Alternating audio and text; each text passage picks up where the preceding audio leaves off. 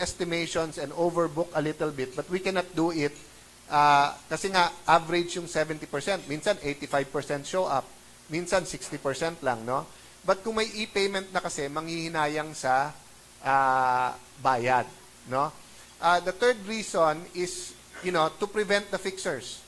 Kasi kung may e-payment ka na, may hawak ka na, edi sino palalapit sa'yo na tutulong pwede. Kasi hindi naman namin tatanggapin yung e-payment na hindi ka namin bibigyan ng appointment. Unfortunately, the negotiations with the bank that we're dealing with did not go through because they wanted to do it differently, no? Meaning, hindi nila open yung portal. Gusto namin kahit saan pwede kayo magbayad. So we're making progress now and we're hoping that soon we'll implement this. And if we implement this, we can open more slots already, no? Next slide. We're streamlining the passport application process. Confirmation of appointment schedule, duly accomplished passport application form, personal appearance, documents like the authenticated birth certificate and valid national ID system, no? We continually look at this. May iba nagsasabi, sir, bakit hindi yung lumang passport na lang, tapos okay na yon? Two reasons po. Number one, we need your biometrics. Nung nag-take over po yung APO during the time of President Aquino, yung dating supplier, hindi tinurn over, sinabi corrupted or nawala yung data. And this is an international standard. Meaning, pumasok kayo sa ibang bansa, yung chip sa inyong passport, wala yung data ng inyong biometrics, sila kumukuha din ng pictures, baka ma-hassle pa kayo sa inyong pagta-travel, ma-hold, and marami nang magkapangalan ngayon sa mundo kahit na iba yung middle name, no? So, this is very important. Secondly, we don't want fake passports, no? Next slide. Overbooking of appointments in different consular offices. The overbooking of appointments allows the department for more appointment slots and anticipates the no-show rate of 20 to 30%. As I said, it's a moving target. Meaning kung this week, 60% lang nagpakita, overbook kami ng mas marami. But next week, suddenly 80%. But with the e-payment, we can predict na talaga that 90 to 99% dadating talaga for the appointment. Next, increased capacity of DFA Asiana. When I took over, and before Yusek Montales took over, DFA was processing 1,900 passports in Asiana a day. Now po, we're processing 3,300 a day. Kaya kung nagtataka kayo sa Facebook, halimbawa, bakit may isa sasabihin, nakakuha ako kaagad, madaling makakuha. Biglang 10 kasunod-sunod na hindi kami makakuha. Because both of them are telling the truth. Because we're doing 1,400 more a day, so yun yung mga nagpapasalamat na thank you. Pero dun sa 600,000 na hindi pa makakuha ng appointment, siyempre sila yung nagsasabing bakit hindi kami makakuha. So that's what we're trying to explain po, that we're dealing with it, but it will take time. Kanina po, may mga nagtanong sa akin about yung sindikato. We're not the NBI, nor are we the CIDG. But we're also not stupid. So, ibig sabihin, alam naman namin if there's fertile ground for sindikato. Ihiwalay po natin mangloloko, fixer, at saka sindikato. Ang sindikato ay may fixers at mangloloko. Pero pwedeng may mangloloko, pwedeng may fixer na walang sindikato. Let me explain. So, when we came in, and Frank, if I'm not mistaken, kalakaran na to ever since, di ba? That the travel agencies have 1,200 slots every day. Then congressmen and senators can send letters para ma-express lane for certain reasons. Constituents nila namatayan abroad, they have to run. Graduation ng anak na nawala yung passport, they have to go there. And then pati empleyado ay meron pong allotment. Tinanggal po natin halos lahat ng yan. So we completely removed the allotment of travel agencies, no? We removed the allotments nung iba. Why? Because yung opportunity na magkasindikato.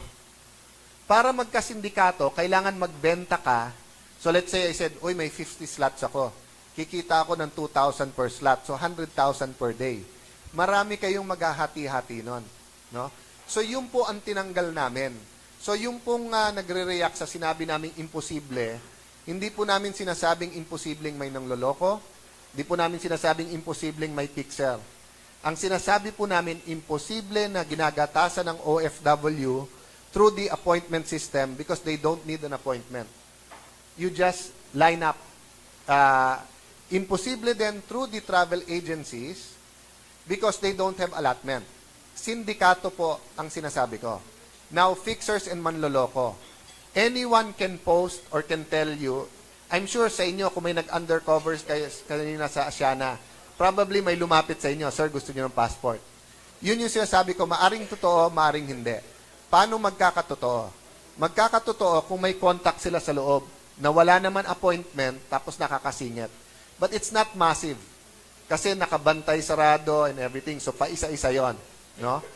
Ano yung ibig sabihin na hindi totoo? Yung hindi totoo, kukunin 5,000 mo, hindi ka naman mabibigyan ng appointment o hindi ka naman mabibigyan ng passport, no? So, we continue to strive to remove any pangloloko o fixers, no?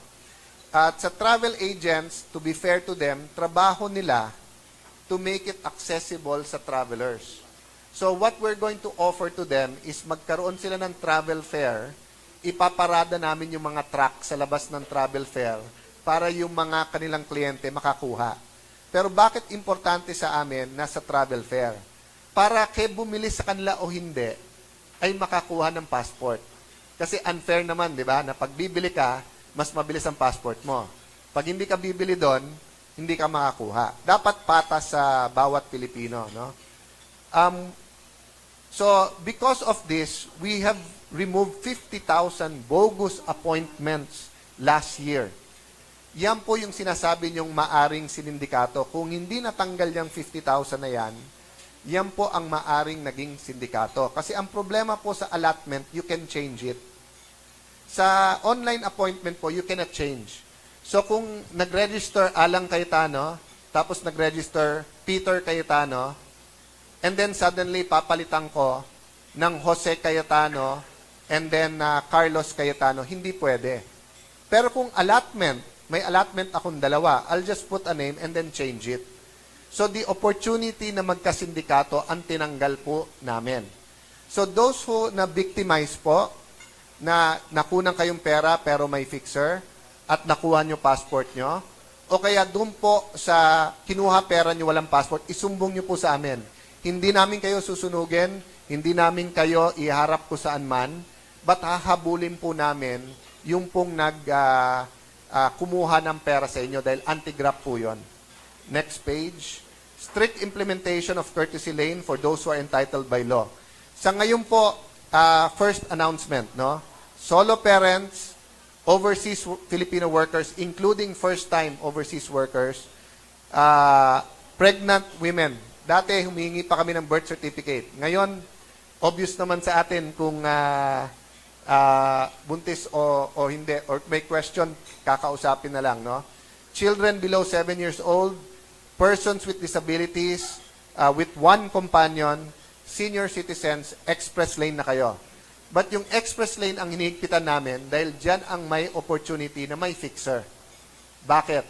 Lahat ng ibang lane kasi may appointment eh. So kung wala kang appointment, hindi ka pwede isingit. Pero kung halimbawa, alam ba natin ang itsura ng OFW? Eh lahat naman ay pwedeng maging OFW. So kung nakapila sa express lane, yung pala fixer ang nagpasok sa kanya, di ba? So sasabihin OFW, hindi naman pala OFW, nagbayad pala. So, yun po ang ating inaasikaso ngayon. Next. Making improvement on online appointment system. If you saw po yung website at saka sa mobile, malaki na rin po ang pinagbago. Ngayon, klaro na kung kailan yung earliest date.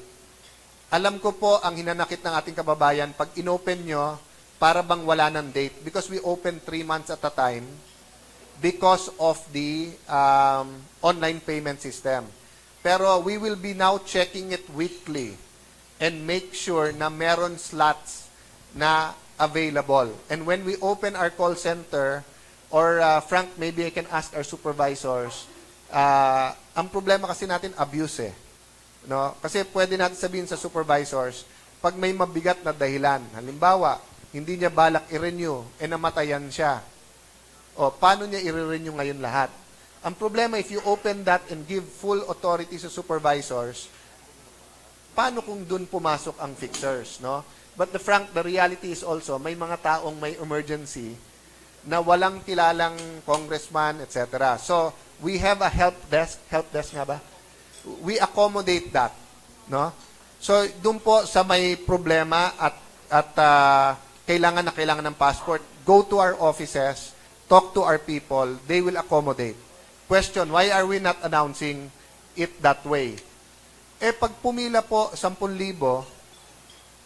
hindi kayo makakuha. Lahat po may rason na, na mabigat. So, inuna po natin yung klaro yung rason. PWD, senior citizen, OFW, yung single parents, at saka yung anak. But yung pong katulad ng sinabi ko, namatayan, may graduation, kailangan umalis, we accommodate. Next. From 5 years, 10 years na po ang passport ngayon. And I guarantee you, by the time that you renew your 10-year passport, no, hindi na ganito ka-tedious yung proseso. Because we will be moving to more mobile and digital, or we will use technology to make it easier for you. And hindi na natin kailangan yung fingerprints or biometrics nyo. No? I'll just give you a copy of what's on the slides dahil some of it is just explanation. Appointment system, no? Tad-tad po sa Facebook and even kanina sa discussion ko sa iba sa inyo, we're talking about ano pong mas mabuti. Don't get us wrong, we're not saying okay ang appointment system. Ang sinasabi namin, it's the best system that we can implement now. We're only doing 9,000 a day, but we're going up to 15,500. Ang backlog natin is anywhere between 400,000 to 1 million. So if it's 400,000 and 40,000 people line up a day, the 30,000 ang uuwi. So in 2010, yung lines were all the way to Libertad. In 2010, when OCA moved to Asiana, the lines were very long. Even if there was a quota system, even if sinabi na, sir, hanggang sa inyo na lang, sasabihin ng iba, sa palaran na lang, sir, baka mahintay namin, umaabot po ng gabi, hindi rin naasikaso. So in 2012, a queuing system was put in order. There were only 1,900 slots every day. So as I said, right now, ang objective natin from 12 weeks or 3 months, maging 6 weeks na lang, meaning from today, 6 weeks makakuha ka, then maging 4 weeks, then maging 2 weeks. No? Of course, kung pwedeng parang airlines, anytime ka mag-open, meron na. Bakit po? Hindi. No? And if you open your cell phone now po, sabi nila give it an hour or 2 dahil sabay-sabay nagbukas after announcement kanina, pero may inopen na po kami na dates for January, February, March. No? Next slide.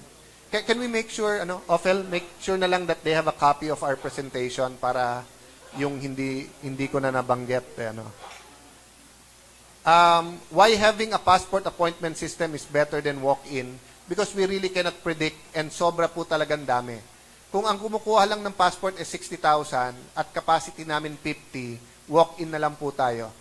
Pero kung ang capacity natin is less than 20,000 a day, and ang kukuha sa isang taon is 3 million, mahirap sabihan yung 3 million na yon na ikaw Monday, ikaw Tuesday, ikaw Wednesday. No? Last slide. Thank you po. So we're now open for questions. We know some of the questions are tough, but please ask them para doon po sa mga nakikinig, nanonood, at nagbabasa po ng inyong dyaryo, nakikinig sa inyong radyo at nanonood sa TV, masagot namin ang tanong nila. Thank you.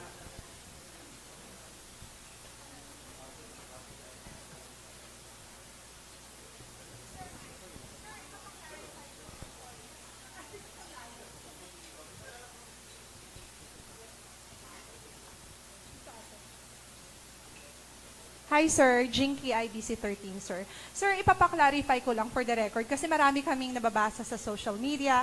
Yung mga reklamo daw, yung ang hindi nga sila, sir, although nabanggit mo na kanina, para lang po ma-clarify sa publiko. Is this a fake news or totoo ito?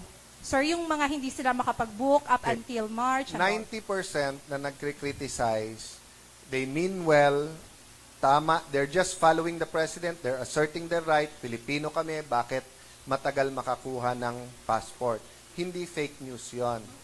Yung sinasabi ko, may mga nagpo-post kasi na kaya kayo hindi makakuha dahil ginagatasan ng OFW kasi pinapa-appointment sila. Fake yon dahil walang appointment ang OFWs. Pwede silang luminya. Doon na nagsasabi na nagkonsyaba ang DFA at saka ang travel agencies. If they were referring before dahil may slot sila, I cannot just accuse the travel agencies or DFA. But I can say an opportunity was there. Okay. But when did we stop the allotments? August 1. So August, September, October, November, December, January na eh. 5 months na pong walang allotment ang agency. Araw-araw may agency na tumatawag sa amin na tulungan sila na bigyan din ng passport. Wala po kaming binibigay. So yun po ang sinasabi ko na fake yung news na may sindikato because of that. Hindi rin po fake na maaring may nagsasamantala. Maari po na may nagpo-post, pero sinusundan namin eh. So halimbawa po, may nag-post na 5,000 or 2,000 tulungan namin. Tinatawagan namin, pini-PM namin, ayaw naman makipagkita. No? And then meron din po talaga na trolls. So meron po naglalagay, nandun ako last Friday, sabi makukuha, tapos hindi ko nakuha. And since may appointment system tayo, naka-record lahat, tinignan namin yung pangalan niya. Wala naman siya doon. Diba? So, that's what we meant na naghahalo-halo na. But it's the citizens' right to demand better services. And this press con is just to communicate to them that we're doing the best we can. There is a solution. But we don't want to give excuses eh. No, but there are reasons. For example, the 9 regional consular offices, how can I open it last year? Wala sa budget for 2017. Opo. And when I was a senator at tinanong ko, do you need more money? Hindi. Ang sagot sa akin. Diba? And if you ask naman them, why didn't they need more money? Because the budget for 2017 was made in 2016 and the increase in passports in 2016 to 2017 was minimal. Nag-increase 2016 to 2017, 2018 budget na. Opo. So actually, yung solusyon nandito na, pero yung pera, this next few months pa namin makukuha to implement the solution. Sir, one last lang. Sure. Since we identify the scammers, the fixers po, para sa public, what can we say from the Department of Foreign Affairs? Ano po yung maitutulong natin, magagawa natin for the public? Well, our way to reach the public is through the media and through the social media. So please help us communicate to them kung sino yung express lane. Kasi at least yon malinaw na kahit ano sabihin sa inyo, huwag kayo magbayad. Okay. Doon sa online, I have the same message, di ba? Huwag kayo magbayad. Wala dapat bayad yung pagkuha ng appointment. Pero why do I separate it from the express lane? Yung express lane kasi, they have a choice eh. Pumila ka lang, makukuha mo kahit anong araw. Yung pong kumukuha ng appointment, minsan kasi nagiging desperado. Meaning, kailangan mo na umalis eh.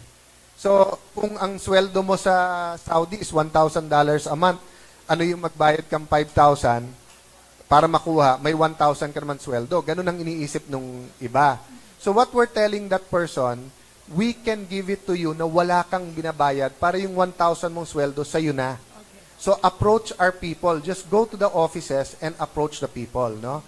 But lastly, what I'm telling you po sa media, kayo ang aming partners, katuwang, every week, mag-agree na lang kayo sa press tour. Is it Mondays, Wednesdays, or Fridays? Kasi kung sasabihin nyo everyday, dapat may slot, it doesn't conform with economic forces eh. Supply and demand eh. Minsan, pag open mo, puno na kaagad. No? But what we will do is every week may assessment para ang tao hindi nawawalan ng pag-asa na makakuha kaagad ng passport. Okay. Thank you, sir. And then lastly, sumbong nyo sa amin kung meron talaga nanghingi sa inyo ng pera. Diba? Kasi, I mean, simple lang. Kunan nyo ng picture, etc. We don't necessarily need you to be a witness unless criminal case na eh. Halimbawa, just removing them from their post. I can remove anyone from encoders to being there by just knowing that fixer sila. I might not be able to put them in jail without the witness, but if I have credible information na involved sila sa anomalya, tatanggalin natin kagad. Pero kung suspetsya lang, mauubusan tayo ng tao, lalong babagal yung passport system process. Okay. Thank you, sir. Sir, I'm Jerome Aning from The Inquirer. May problem ba tayo sa backlog? Significant ba or negligible yung backlog? Significant because of the increase. May statistics We've ba tayo? always had a problem with coping every day kasi nga not everyone can go at the same day, di ba? But yung what slide is that, Dex, yung we can show the increase. Bigay namin sa inyo, but I'll just show you the slide again, no? I think it's slide number 3. Yan, no? So kung makikita mo from 2016 to 2017, 602,800 ang nadagdag sa demand alone, no? So you had the same number of people and you already had a backlog nun, nadagdagan pa ng additional 600,000 na backlog, no? Puwera pa sa additional ngayon. Part of that backlog is yung demand pataas. Part of it is because we're requiring everyone to get biometrics ulit dahil nawala. Ang cause ba ng backlog yung rise, yung demand, or yung mga nakaka-cancel, or yung nagre-rebook, or whatever? Kasi yung capacity natin, kumbaga sa dyaryo, you can print 1 million a day, hindi nagbago yun eh. But yung ilan ang bibili, from 1 million to 1.522. But you're correct, yung dumadating affects us. Kasi dati, kung less ang backlog at 70-60% lang dumating, okay lang. Eh ngayon, 600,000 yung backlog, yung increase that we can call also a backlog, and then hindi ka dumadating sa appointment mo, apektado ka. Apektado lahat.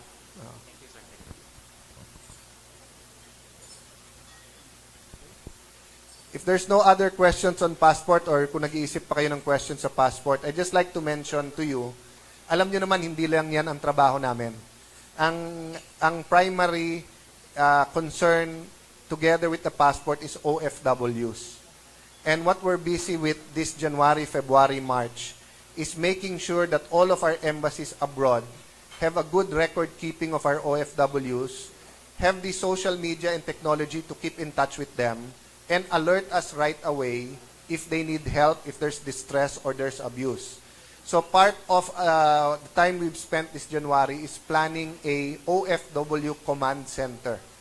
And we are doing that with Sec Bello of Dole. And we are meeting dati once a month lang. Kasama dyan OWA, minsan POEA, si Yusek Joel, si Yusek Sara. So on the OFW side po, you will feel the reform soon. And in fact, I will personally talk to our ambassadors in Europe and Middle East. No? Magkakaroon kami ng forum and question and answer. I'll just give you an example. No? Dati hindi magamit yung legal assistance fund or yung assistance to national kasi sa korte pwedeng gamitin. Eh ginagawa ng ibang abusive na employer, kinakasuhan yung OFW, sa police dinadala. And we couldn't use our funds doon sa abogado, sa police. Ngayon pwede na. So ang sistemang inaayos natin ngayon, how does the police inform us so that we can go there right away? Kasi ang nangyayari minsan, 2-3 days nang wala, hindi lang kasi nakausap ng kamag-anak, yung kamag-anak magsasabi, hahantingin pa namin. No? So, Facebook, we're requiring all posts to have social media. But not all social media platforms are allowed or are available in each country. No? So just to give you a glimpse lang, that aside from the passport po, we are linking this up with many other projects of the DFA. And let me close with this. No? What is the long-term solution sa abuso sa mga OFW? First, magkatrabaho dito sa Pilipinas. And trabaho din ng DFA na magkaroon ng pondo para sa build, na maganda ang relationship sa country na tumutulong sa atin.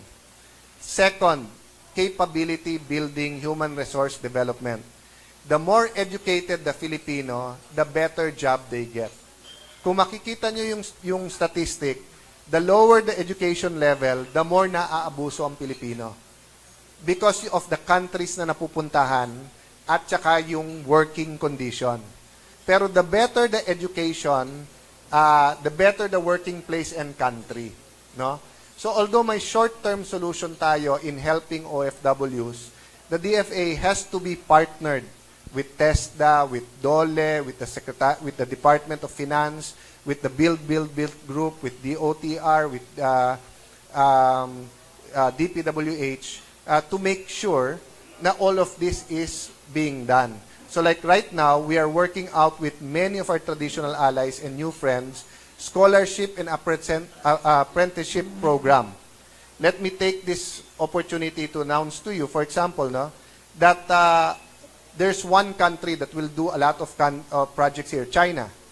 All their companies are now being asked to assess the labor requirement needed, then communicated to us. And all of their companies are being asked to have a program. The Japanese did this with some of their companies. Some US companies who are in EPSAS did that since the 80s and 90s. No? So meron pong mga nagaganap at nagagawa na hindi namin in-announce pero ginagawa. And lastly, please join us on Monday in Las Piñas City. We will launch with one of the authors of the 10-year passport, Senator Cynthia Villar. We will launch the 4 trucks, the mobile passport system, and we will try to accommodate as much as we can. Gusto namin makita ng sarili nyong mata. Walang appointment yon. So if we can get this done and we can get more trucks, then aside from the appointment system, we will use you sa media with your permission. We'll just announce to you every Monday, this week, nandito yung mga truck. Di ba? And then, pila na lang ang mga tao. So, any other questions? Yes, please.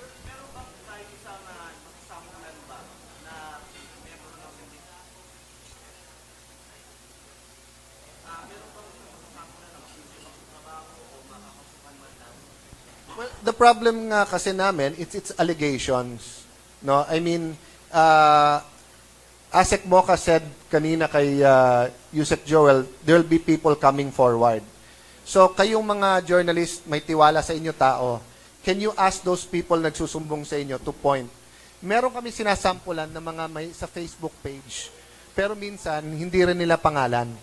No? Joel, we're in touch with NBI, di ba? We're in touch with NBI about this. No? So, kung tatanungin mo ako, gusto ko talaga may masampulan. No? And I was tempted when I became SFA not to take out the allotments at sumampol muna. Ang problema sa isang sasampulan mo, sa 1-2 a day na slot, baka 1,000 ang magamit ng fixers. So, I decided at that time, when Yusek Joel proposed it, tanggalin na lang natin yung allotments, tanggalin na lang natin yung opportunity na mangloko yung ibang tao.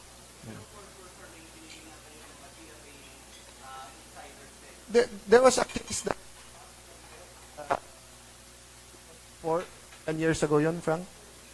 3-4 years ago, from what province? Kaya lang, inaccuse siya ng isang tao, but na-absuelto din Kasi it was someone pointing to the other one na siya yung gumawa. Walang direct evidence na siya ang gumawa. But we're open to it. We want it to happen. Dahil ang Pinoy, pag nasampulan, doon natatakot Diba? Third question.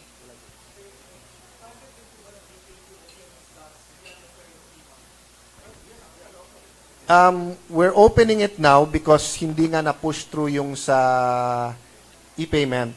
Pero pag may e-payment na, we might be able to open na till the end of the year. But ang maganda din kasi sa 3 months, may pressure sa amin to keep opening. If you go back since August, kahit puno na, binabalikan namin, then we reopen. Yeah. Sir, but let me make it clear, Willard, kulang talaga. We have to do better. We have to provide more slots. We have to process more. We're not making any excuses for that. We're just explaining kung ano yung mga handicap namin in getting that done as of now. So, katulad nung 9 consular offices, 4-5 a day yon. If I can put it up tomorrow, bakit hindi? So, that's why everyone is here to listen and to hear from you. I'm asking ASEC Frank na as soon as we can open those RCOs, we do it. Sir, meron po bang formal investigation na ginawa ang DFA tungkol dun sa allegations about, actually, hindi naman OFW siya tayong ginagatasan. Ang ginagatasan are ordinary folks, ordinary passport applicants. So, that would be so many. Now, if there's an investigation, sir, ano pong status ng investigation right now? Anyone who complains, we investigate. Pero meron ba tayong pending na direct complaint? Walang nagko-complain sa amin eh. Ang problema kasi ipopost nila sa Facebook and some are true, some are not. But they won't give us any leads eh. So alam ba, pag sinabi mo sa Asiana, may 5,000, wala man lang yung babaeng nakapula na nandun sa kanto or yung ganito ang pangalan or ganyan. But we will investigate. That's our job. Whether it's our people or it's fixers. So what we focused on muna is removing the opportunity for a massive or for syndicated pangloloko. But tama ka dun sa conversation natin kanina, it does not erase the fact na may nangloloko pa rin at may nakakalusot. Kasi sir, you need not go too far because across the building, there's McDonald's there. And you will see transactions go there every day. A lot of people at convention there talking about passport, how to facilitate it. And what would you know? Baka dun pa nagbabayaran. Right across the DFA building. Anyway, Frank, we heard that. So let's now have bigger ears and eyes of all the surroundings ng mga yon. But as I was saying, no, pwedeng nag-uusap at kumukuha ng pera doon at pwedeng nakakakuha. Pero pwede rin hindi sila nakakakuha, niloloko lang nila sa pera. Because right now, the only opportunity for them to do it is the express lane. Because they cannot get allotments from the computer. Now, the express lane, yun ang hinihigpitan namin. Pero pag masyado naman mahigpit, yung ibang OFWs, yung ibang buntis, yung ibang hindi makakuha. But I hear you. You're just saying we can expand the net, take the extra mile, no? So, and do it. Yeah. Maybe that's what we can request yung NBA.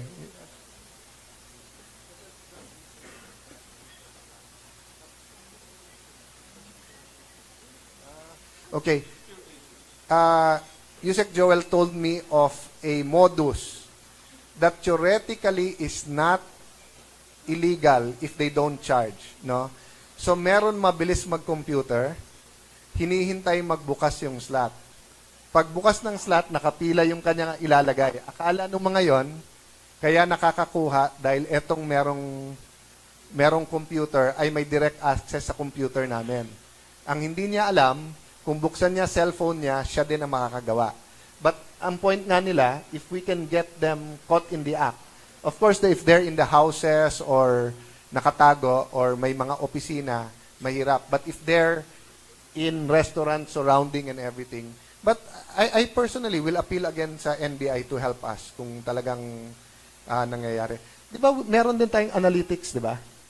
Apo gives us yung, we look at if there's sudden bump or anything.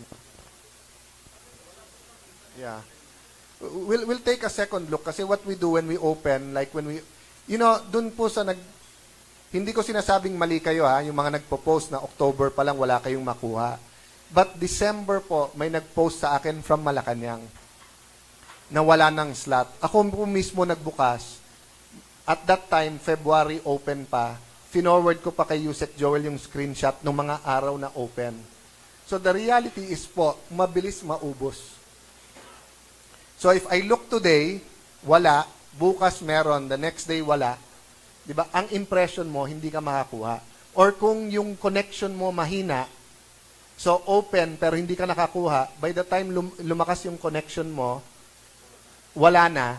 Diba? Hindi mo masisi yung Pilipino na iisipin niya, kung may sindikato ata dito, una meron, tapos hindi ako makakuha. So we're trying to deal with all of that. No? And the key there is to increase capacity. If we have overcapacity, wala nang agawan sa appointment.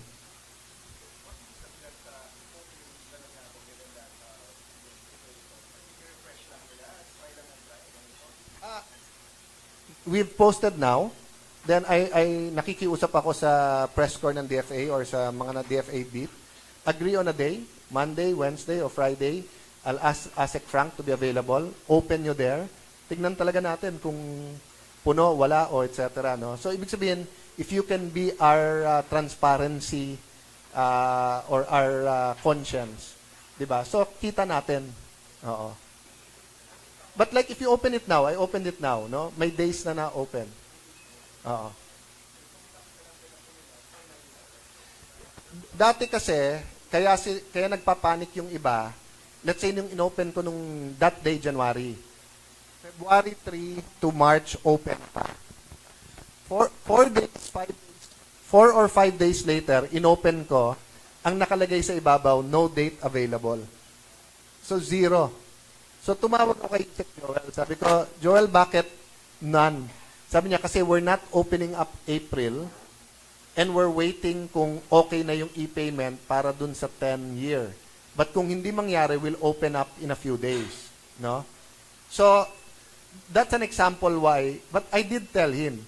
But kasi pag no date available, akala nila the whole year na or whatever na or etc. No? But even if red na lahat ang January, February, March, we continue to look at it, then reopen. So what we're going to try to do is that when you open your cell, parating may date kahit matagal pa. Now, if it's too long for you and you have a legitimate reason, just go to our offices and we'll work it out. Once our call center is up, we'll use that para hindi, But then, again, kailangan natin bantayan kasi ayaw natin gamitin yung call center as fixers. Kasi pwede rin gamitin as fixers eh. So, halimbawa, you have the call center para kung namatayan ka, pwede yung tawag, tapos singit ka sa appointment. Oh. Tapos, hindi naman pala namatayan, pagdating doon, kasi namatayan ka abroad, alangan naman i-fax pa sa'yo. Well, pwede i-picture yung death certificate, pero pwede rin pikein yun eh. So, it's really more complicated than it sounds. No? But, ang focus namin ngayon is to double our capacity. So, kung 3 months ang waiting, but we double our capacity, then you go down to 6 weeks. Sir, last question. Yes, please. A lot of people may not know that one of the biggest problems that confronted DFA was when the transition happened. The transition meaning the production change. Then came APO. The question now is, are you conducting an audit, performance audit of APO? Are they compliant with all the volumes of passport printing and, of course, the legality of the contract with the DFA? Let it make it clear, kasi dalawa tanong mo. Legal, so legal audit and performance audit. Straight answer, sir. Performance audit, yes. Legal audit, no. Because when I got in, it was already with Malacanang, with the Office of the Executive Secretary. So I did not ask to get it back. So sila ang gumagawa ng legal audit. Performance audit, yes. And that's why we demanded, even if wala sa kontrata, more machines. Yung truck, wala sa kontrata yan. But we simply told them, I cannot work with you. Let me be very frank. Ang instruction ni Presidente, serve the people, don't blame anyone. Don't blame the past administration, don't blame ganito. Diba? Narinig nyo naman sona niya eh. Sabi niya, wag mag-finger point. So I'm just showing you the history.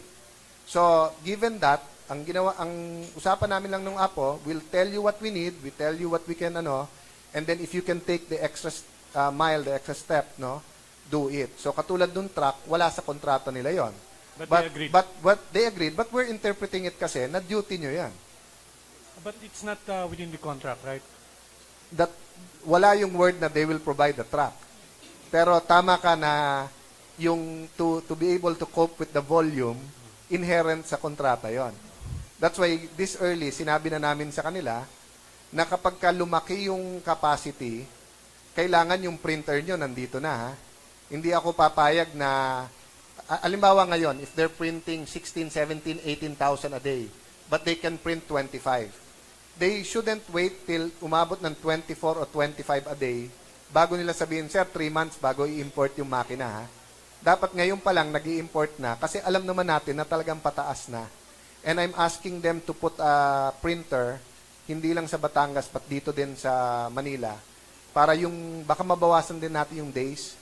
Kanina nandun kayo lahat, ang isang reklamo nila, masyadong matagal yung 20 days. Metro Manila is 10 days, tapos outside is 20. So, we're trying to deal with that, no? In the future, I have no objection as long as secure that we have print, kasi like, it's now in Batangas. So, for Southern Luzon, walang problema. So, if in the future, maglalagay ng printing machine sa Northern Luzon, sa Central Luzon, Central Visayas, several places in Mindanao, I have no objection to that. But we're talking to them, no? It's no longer at the expense of Apo. It should be at their expense. Kikita pa ba sila with this kind of additional requirements from the DFA? They make their money per passport. I'm not a businessman. I can't answer for them. But as the head of DFA, ang tingin ko, since you make your money per passport, di ba? And may ano naman sa volume. In fact, ang tingin ko, the earlier they do it, the more money they make because of inflation. Meaning, if you're going to produce 6 million passports, it's cheaper to do it in the first half of this year than next year. Kasi next year, may inflation ka pa eh. But frankly, sir, is the 10-year passport will be more expensive in the next few months or No. what? Unless You will not increase the price. we will not. Unless we come out, may mga nagsasuggest, doblehin yung page. So, pag doble yung page, at the option of the passport holder yon. So, halimbawa, when I take a plane, mga stewards and stewardess, mga pursers nagtatanong sa akin, Sir, pwede bang ibalik nyo yung araw, may mas makapal? Kasi ang bilis maubos, nagde-day off at pumipila pa kami to renew. No? And una, mali pa nga sagot ko nung una, sabi ko, hindi, ayusin namin by mail. But sabi niya, Sir, even renewal sa mail kasi we have to surrender yung luma, hindi kami makakalipad. So, we really have to find a system. But I can tell you, since it's the same passport, iniba lang from 5 to 10. Ang additional lang ng gastos, yung tinta para sa 1. Kasi yung 0 para din 5 yon. We did not allow, walang increase, no? Zero increase for that. So that's definite because Yes. that's a good news to the public. Yes, Walang- yes. To be fair to the congressmen and senators, they also demanded that. They demanded it from us na wag. Thank you very much, Sir- everyone. Enjoy your Sir, lunch. Oh, sorry. go ahead, yes, yes. Sir Camille from CNN Philippines. Sir, how many slots are you opening, sir? You told us earlier that starting the year's opening up slots. By how many, sir? For the new months, like April, it's 9,000 a day. Then, for each consular office that we open, it'll be about 500 a day. And then, for each truck, it's 500 a day. No, ang capacity. But yung consular offices may quota na slots, pero yung trucks wala. So so halimbawa next week we'll also do City of Manila. We'll coordinate with the City of Manila. Sila magpapadala ng tao. For February, March, do we have an estimate? Wala pa. We'll get you the numbers mamaya. But they're testing it now. They put up, I think, this week. So makikita nyo mismo kung gaano kabilis mapuno. Oo. Sir, last question. Sir, we put on record Miss Marlene Hante of the Philippine Travel Agencies Association. And she told us na to them, parang ang dating temporary lang daw yung agreement last year that hindi mo nabibigyan ng slots yung travel agencies. Was it really temporary? Or No, they want the slots. Kasi negosyo nila yon eh. At naintindihan ko sila. Di ba? Tama yun eh. How can they sell tickets? How can they sell vacations? How can they push not only going out but coming to the Philippines? Kasi remember, you have 9.5 million passport holders abroad kung wala. But we were telling them, yung pila nung mga tao nyo doon, yung allegations sa ganito, it just caused us problem. So sabi, pwede ba temporary, tanggalin muna. Then let's see if it's working. Nakita nyo, wala ngang slots eh. Tignan nyo yung intriga ngayon. So what we're going to counter-offer them is that they can have regional travel fairs, and then we will park the trucks outside the travel fairs. Para yung kanilang mga binebenta ng ticket magkaroon. No. Okay?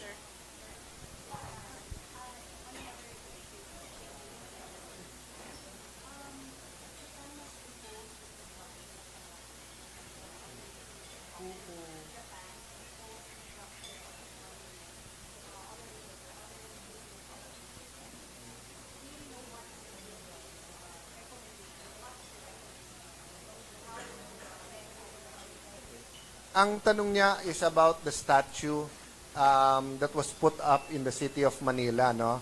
Wherein we have some diplomatic discussions, no?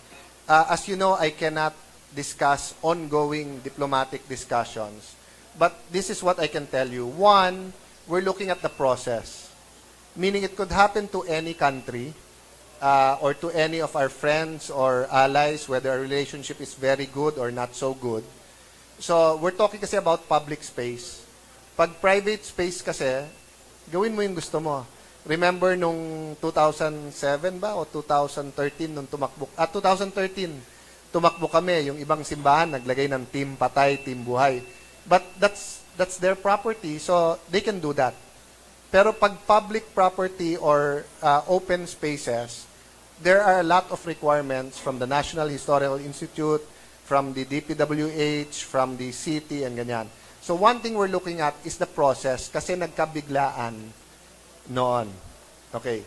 Having said that, there's a interagency, and DFA, of course, will give its input.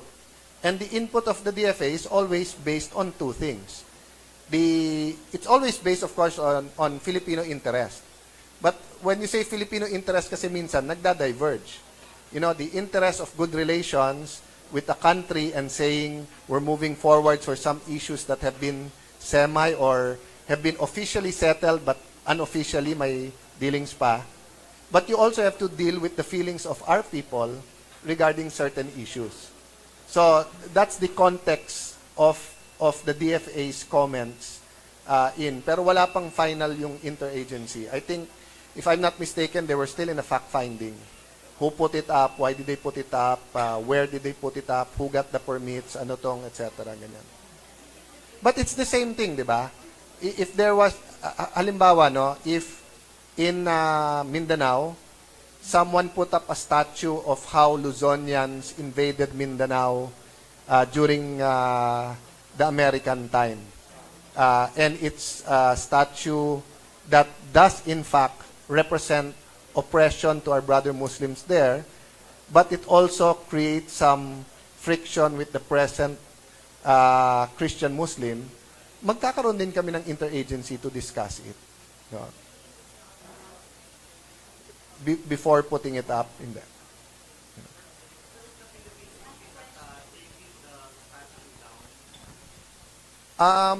You know, I don't think you ever start a discussion with that. So, when it's a fact-finding, then depende sa facts yung conclusion.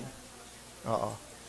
I mean, if you're objective-based, put it up, take it down, then yan yung umpisa mo, then you fact-find. But in this case, baliktad. Nang doon, may nagtanong, so we're finding out. Then a decision will be made.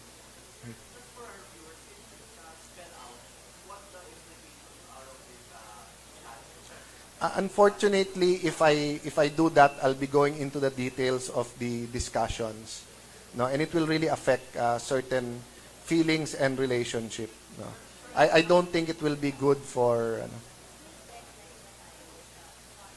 I'm not the head of the interagency, but I can ask.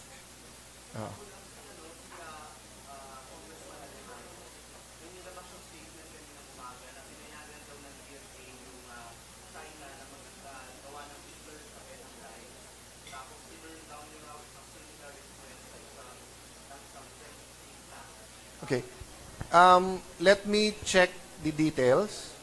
But what I can assure Congressman Alejano and the Filipino people, we have the same rules for all the countries. We have to follow the law. Filipino law says that research can be done in the continental shelf and in certain areas, marine areas, for as long as there's a Filipino on board and Filipino scientists. Secondly, for as long as that all findings, data, research is shared. Now, what some of the critics might not know is before Benham Rice was awarded to us officially or recognized as extended continental shelf, marami ng ibang bansa na nag-conclude na ng kanilang research doon. But since it was not yet officially recognized or awarded or whatever that proper term is sa atin, hindi na put sa public eye. So there's nothing suspicious about approval or disapproval of scientific research. Whether they're Americans, Japanese, Chinese, Mongolians, Singaporeans, etc. If they comply, we will approve. If they do not comply, we will not approve. And by the way, it's a matter of course, through the Assistant Secretary level, it's not a policy decision kasi may batas na eh. Parang lisensya. You have the requirements, go. You don't have it, no go siya.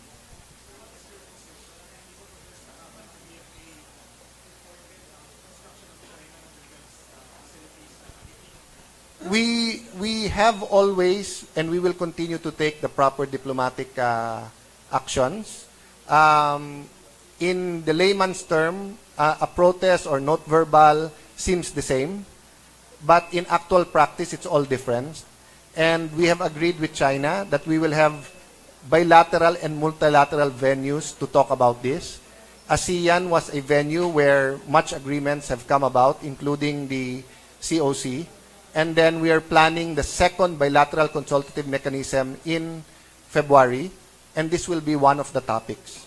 So, but let me clarify tinanong ako kasi ni Spokeshari about yung statement ng DND at statement ng niya. Okay. First of all, talking about inhabited and uninhabited areas are different. Yung uninhabited, ang guidance natin dyan, Section 5 ng DOC, which said that no other actions, including building, to further complicate sa uninhabited. Doon sa inhabited mo na, walang sino mang claimant ang nagsasabing okay na yan. Di ba? But wala rin nagsabing kailangan natin tumigil lahat. No? So there were think tanks coming out with findings. Part of the findings may be factual, but some were speculative. For example, sa speculative, gagamit daw ng nuclear power, and nuclear power daw can be made into nuclear weapons. Our Constitution says, no nuclear weapons within our territory. No, nuclear free tayo sa Pilipinas eh. And we claim that as our territory, hindi lang sovereignty rights. So definitely, anyone putting nuclear weapons, even the Americans, pag may sakay yung barko nila, we will make it known that in accordance with our Constitution, hindi pwede. Okay? But nung tinanong si SND, it was speculative. Sir, what if, what if? Ang sagot din niya, what if? Samantalang si Spokes, ang sagot niya, basta't sa uninhabited, may good faith. Yun yung sinasabi ni Spokes na good faith, yung uninhabited. Yung meron ng habitation or yung meron ng nagbi-build at nagbi-build pa sila, no? The big question for all the claimants is how to roll it back. And it's not just the Chinese that are building. Everyone, halos, is building. And this is being discussed. But may I just reiterate, Willard, the difference is, before, sigawan sa media. Ngayon, may venue kami na pag-usapan kung paano. And so far, no, hindi pa tayo 100%, but we've done much better than the past administration, no, in protecting and stopping from getting more, no, of the areas that should be preserved.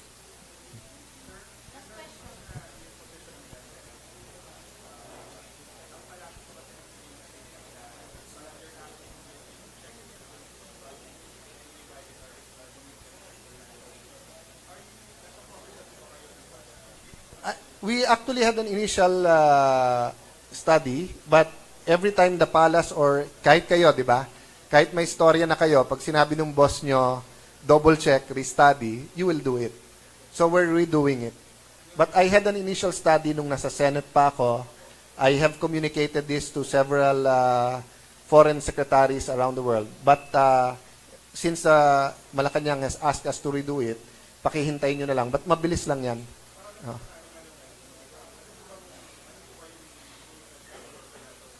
Okay.